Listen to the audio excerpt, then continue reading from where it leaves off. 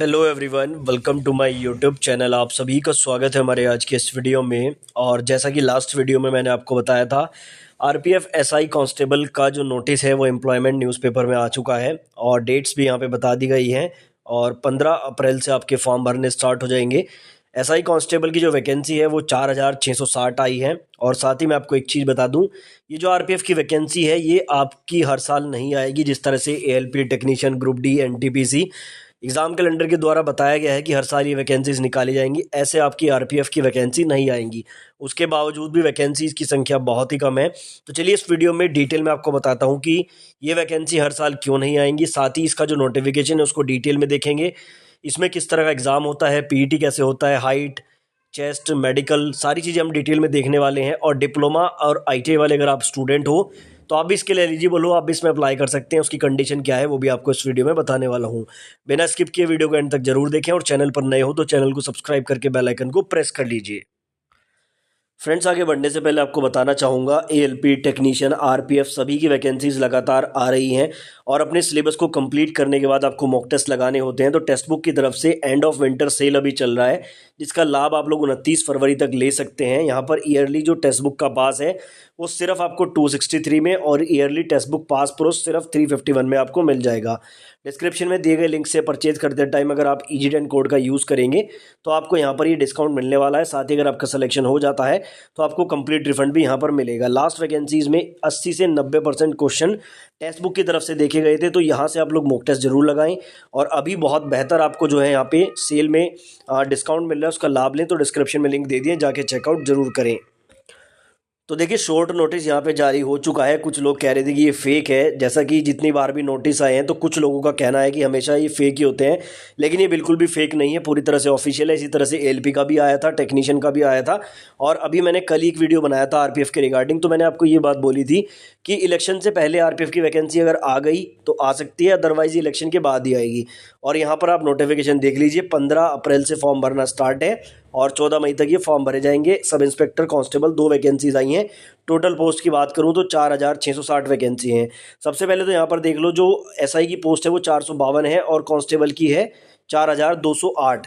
अगर आप इसको पुरानी वैकेंसी से कंपेयर करें तो बहुत ही कम वैकेंसी है। पिछली बार जो वैकेंसीज थी वो आई थिंक 9000 प्लस वैकेंसीज थी टोटल, और इस बार अगर आप देखेंगे तो सिर्फ 4000 प्लस वैकेंसीज देखने को मिली है। जबकि मैं आपको एक चीज़ बता दूं, ये वैकेंसी हर साल नहीं आएगी। ऐसा मैं इसलिए बोल रहा हूं क्योंकि आप लोगों ने देखा, रेलवे ने जो एग्ज़ाम कैलेंडर जारी किया उसमें उन्होंने एएलपी की बात करी, टेक्नीशियन की बात करी, उसके बाद group D, NTPC, JE, paramedical सभी की बात करी है कि इस तरह से हम जो है हर साल वैकेंसीज निकालेंगे। जब ये पूरा पटना में विवाद हुआ तो ये क्लैरिफिकेशन दिया गया, लेकिन उसमें आरपीएफ इसीलिए इंक्लूड नहीं किया गया क्योंकि आरपीएफ उस कैलेंडर में है ही नहीं। आरपीएफ की वैकेंसी ऐसी नहीं है कि हर साल यहाँ पर पोस्ट क्रिएट होती चली जाए, क्योंकि आरपीएफ में ना तो आपके एलडीसी वगैरह, जीडीसी वगैरह नहीं होते हैं। कोई आरपीएफ में अगर कांस्टेबल बन जाता है तो वो जेई या लोको पायलट वगैरह नहीं बन सकता है, इसलिए वहाँ पे वैकेंसीज बहुत ही कम वैकेंट होती हैं। सिर्फ वहाँ पर जो वैकेंसी बनती है वो रिटायरमेंट से बनती हैं, या आप कह सकते हैं कि कोई कांस्टेबल अगर सीनियरिटी बेसिस पर एसआई बना है तो कांस्टेबल की सीट खाली होती है।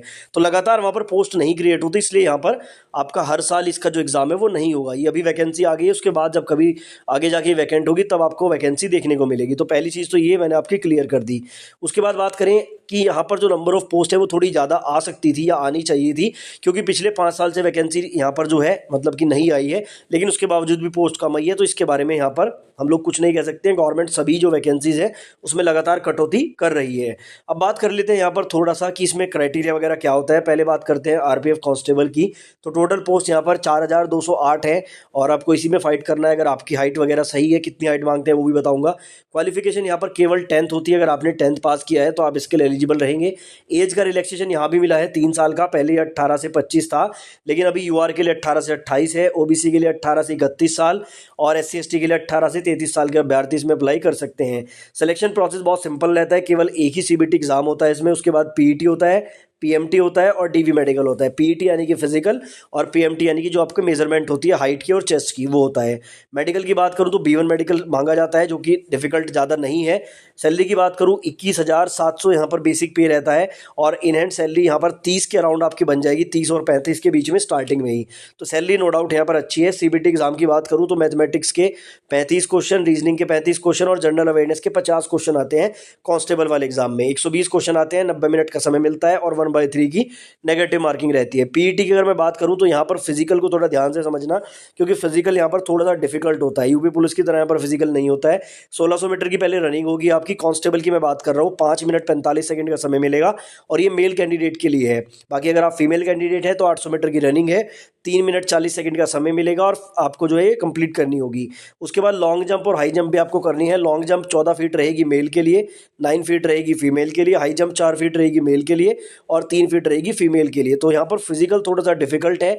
अगर आपको लगता है कि आप फिजिकली फिट नहीं है तो इसमें आप लोग ट्राई ना करें, क्योंकि फिजिकल यहाँ पर आपको ये दो चांस मिलते हैं इसको क्लियर करने के लिए और बहुत सारे स्टूडेंट्स को क्लियर नहीं कर पाते हैं। हाइट की अगर मैं बात करूँ तो 165 सेंटीमीटर यूआर ओबीसी मेल के लिए रहती है और 160 सेंटीमीटर एससी एसटी मेल के लिए हाइट मांगी जाती है। तो अगर यहाँ पर आपकी हाइट थोड़ी कम भी है, 165 तक है, तो आप इसमें अप्लाई कर सकते हैं। 157 सेंटीमीटर यूआर ओबीसी फीमेल के लिए और 152 एससी एसटी फीमेल के लिए।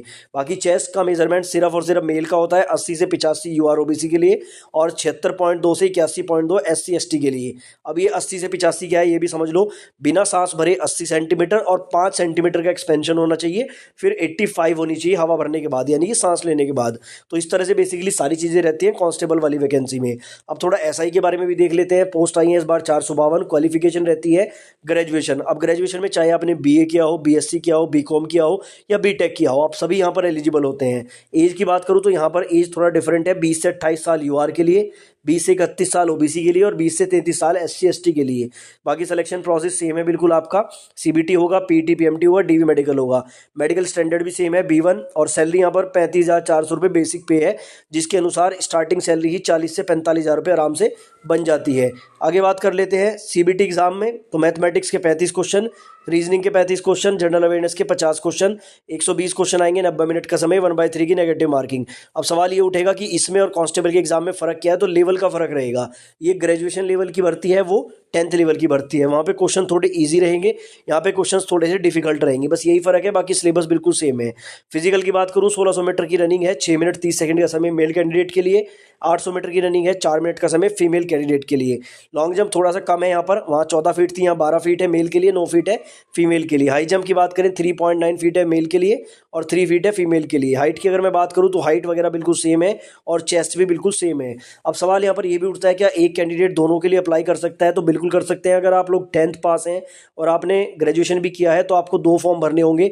एक फॉर्म आपको कांस्टेबल के लिए भरना होगा, दूसरा फॉर्म आपको एसआई के लिए भरना होगा। तो 2 फॉर्म भर के आप दोनों के लिए एलिजिबल हो जाएंगे।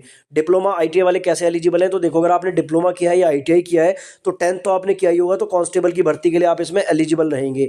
बीए बीएससी बीकॉम बीटेक वाले एलिजिबल रहेंगे एसआई पोस्ट के लिए।